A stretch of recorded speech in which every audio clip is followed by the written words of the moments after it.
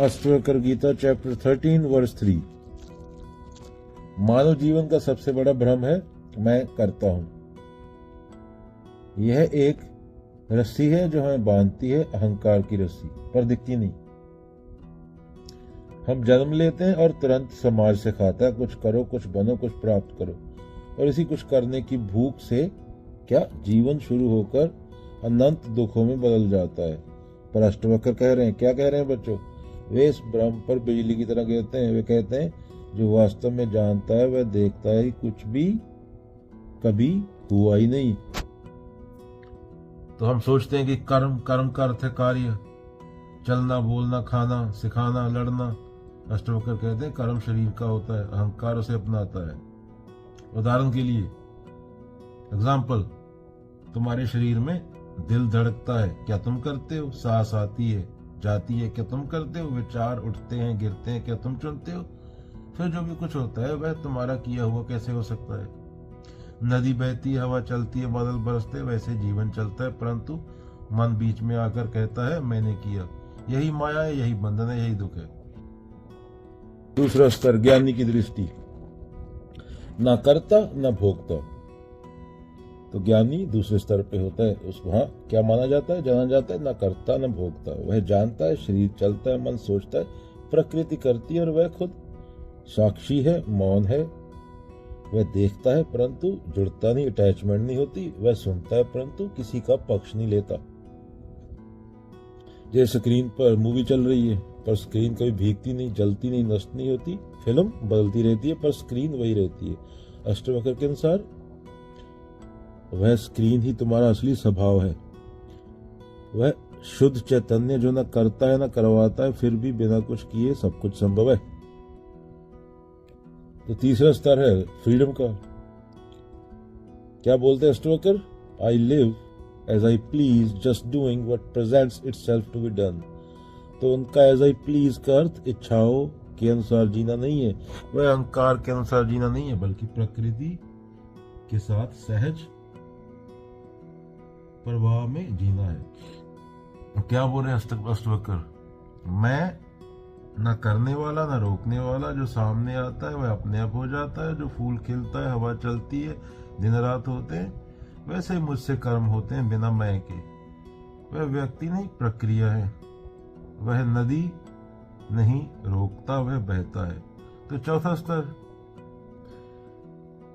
स्तर जीवन को उसको अपने क्रम से चलने देना।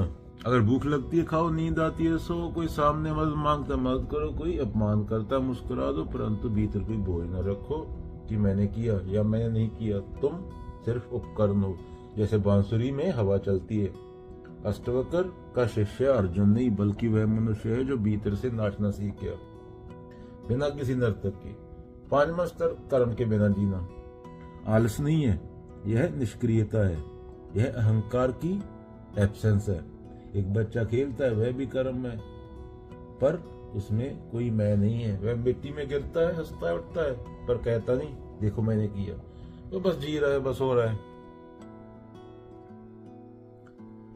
उसका खाना ध्यान है, उसका बोलना ध्यान है, उसकी नींद समाधि है, उसका चलना पूजा है। ज्ञानी भी ऐसे ही होता है, बच्चे की तरह।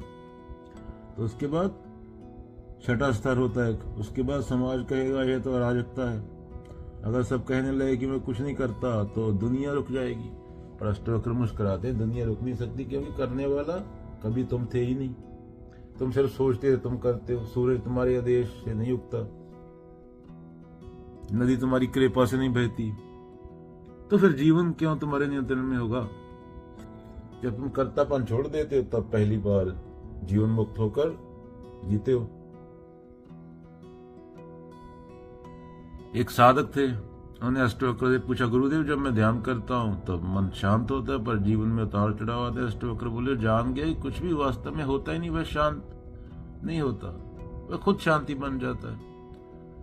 जब भीतर यह समझ आ जाती है कि जो होता है प्रकृति का खेल और जो देखता है वह साक्षी है, तो फिर कौन सा सुख कौन सा दुख।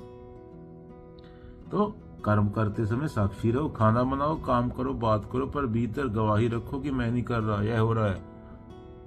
उसके बाद कृष्ण भी बोलते सेम चीज, अष्टवक्र बोलेंगे फल की चिंता छोड़ो, क्योंकि जब करता ही नहीं है तो फल किसका। अतीत को छोड़ो, भविष्य मत बनाओ, दोनों मैं ही कहानी है। अगर करता ही नहीं है तो कौन सा वर्तमान कौन सा भविष्य, साक्षी तो अभी है।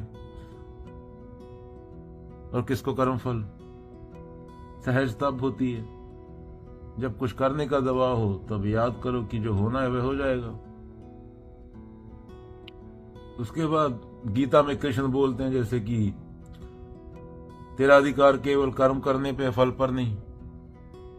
अष्टवक्र कहते हैं कर्म ही नहीं होता, कर्तापन ही मिथ्या है। कृष्ण कर्म को समर्पण में बदलते हैं, अष्टवक्र कर्म को अदृश्य कर देते हैं, खत्म कर देते हैं। कृष्ण कहते हैं कर्म करो पर संग रहो, सही कर्म होगा तो कर्ता नहीं बचेगा। अष्टवक्र कहते हैं कर्म करो पर जानो कुछ हो ही नहीं रहा।